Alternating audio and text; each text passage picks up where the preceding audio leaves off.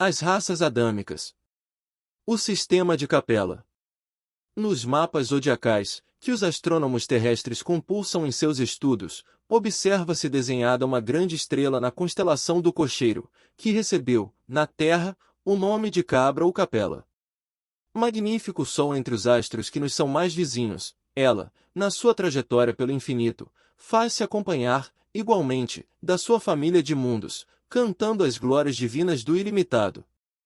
A sua luz gasta cerca de 42 anos para chegar à face da Terra, considerando-se, desse modo, a regular distância existente entre a Capella e o nosso planeta, já que a luz percorre o espaço com a velocidade aproximada de 300.000 km por segundo.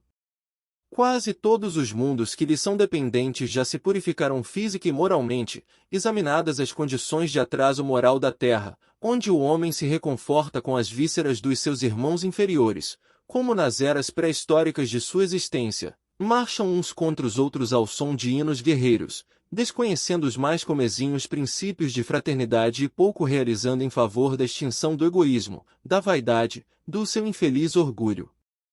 Um mundo em transições. Há muitos milênios, um dos orbes da Capella, que guarda muitas afinidades com o globo terrestre, atingira a culminância de um dos seus extraordinários ciclos evolutivos. As lutas finais de um longo aperfeiçoamento estavam delineadas, como ora acontece convosco, relativamente às transições esperadas no século XX, neste crepúsculo de civilização. Alguns milhões de espíritos rebeldes lá existiam, no caminho da evolução geral, dificultando a consolidação das penosas conquistas daqueles povos cheios de piedade e virtudes, mas uma ação de saneamento geral os alijaria daquela humanidade, que fizera jus à concórdia perpétua, para a edificação dos seus elevados trabalhos. As grandes comunidades espirituais, diretoras do cosmos, deliberam, então, localizar aquelas entidades, que se tornaram pertinazes no crime, aqui na terra longínqua, onde aprenderiam a realizar, na dor e nos trabalhos penosos do seu ambiente, as grandes conquistas do coração impulsionando, simultaneamente, o progresso dos seus irmãos inferiores. Espíritos exilados na terra. Foi assim que Jesus recebeu, à luz do seu reino de amor e de justiça, aquela turba de seres sofredores e infelizes. Com a sua palavra sábia e compassiva, exortou essas almas desventuradas à edificação da consciência pelo cumprimento dos deveres de solidariedade e de amor, no esforço regenerador de si mesmas. Mostrou-lhes os campos imensos de luta que se desdobravam na terra, envolvendo-as no halo bendito da sua misericórdia e da sua caridade sem limites. Abençoou-lhes as lágrimas santificadoras, fazendo-lhes sentir os sagrados triunfos do futuro e prometendo-lhes a sua colaboração cotidiana e a sua vinda no porvir. Aqueles seres angustiados e aflitos, que deixavam atrás de si todo um mundo de afetos, não obstante os seus corações empedernidos na prática do mal, seriam degredados na face obscura do planeta terrestre. Andariam desprezados na noite dos milênios da saudade e da amargura, reencarnariam no seio das raças ignorantes e primitivas, a lembrarem o paraíso perdido nos firmamentos distantes. Por muitos séculos não viriam a suave luz da Capella, mas trabalhariam na terra acariciados por Jesus e confortados na sua imensa misericórdia. Fixação dos caracteres raciais. Com o auxílio desses espíritos degredados, naquelas eras remotíssimas, as falanges do Cristo operavam ainda as últimas experiências sobre os fluidos renovadores da vida, aperfeiçoando os caracteres biológicos das raças humanas. A natureza ainda era, para os trabalhadores da espiritualidade, um campo vasto de experiências infinitas, tanto assim que, se as observações do mendelismo fossem transferidas àqueles milênios distantes, não se encontraria nenhuma equação definitiva nos seus estudos de biologia. A moderna genética não poderia fixar, como hoje, as expressões dos genes, porquanto, no laboratório das forças invisíveis, as células ainda sofriam longos processos de acrisolamento, imprimindo-se-lhes elementos de astralidade, consolidando-se-lhes as expressões definitivas, com vistas às organizações do porvir. Se a gênese do planeta se processara com a cooperação dos milênios, a gênese das raças humanas requeria a contribuição do tempo, até que se abandonasse a penosa e longa tarefa da sua fixação. Origem das raças brancas. Aquelas almas aflitas e atormentadas reencarnaram, proporcionalmente, nas regiões mais importantes, onde se haviam localizado as tribos e famílias primitivas, descendentes dos primatas, a que nos referimos ainda há pouco. Com a sua reencarnação no mundo terreno, estabeleciam-se fatores definitivos na história etnológica dos seres. Um grande acontecimento se verificara no planeta. É que, com essas entidades, nasceram no orbe os ascendentes das raças brancas. Em sua maioria, estabeleceram-se na Ásia, de onde atravessaram o Istmo de Suez para a África, na região do Egito, encaminhando-se igualmente para a longínqua Atlântida, de que várias regiões da América guardam assinalados vestígios. Não obstante as lições recebidas da palavra sábia e mansa do Cristo, os homens brancos olvidaram os seus sagrados compromissos. Grande percentagem daqueles espíritos rebeldes, com muitas exceções, só puderam voltar ao país da luz e da verdade depois de muitos séculos de sofrimentos expiatórios. Outros, porém, infelizes e retrógrados, permanecem ainda na terra, nos dias que correm, contrariando a regra geral, em virtude do seu elevado passivo de débitos clamorosos. 4 grandes povos. As raças adâmicas guardavam vaga lembrança da sua situação pregressa, tecendo o hino sagrado das reminiscências. As tradições do paraíso perdido passaram de gerações a gerações, até que ficassem arquivadas nas páginas da Bíblia. Aqueles seres decaídos e degradados, à maneira de suas vidas passadas no mundo distante da capela, com o transcurso dos anos reuniram-se em 4 grandes grupos que se fixaram depois nos povos mais antigos, obedecendo às afinidades sentimentais e linguísticas que os associavam na constelação do cocheiro. Unidos, novamente, na esteira do tempo, formaram desse modo o grupo dos Árias, a civilização do Egito, o povo de Israel e as castas da Índia.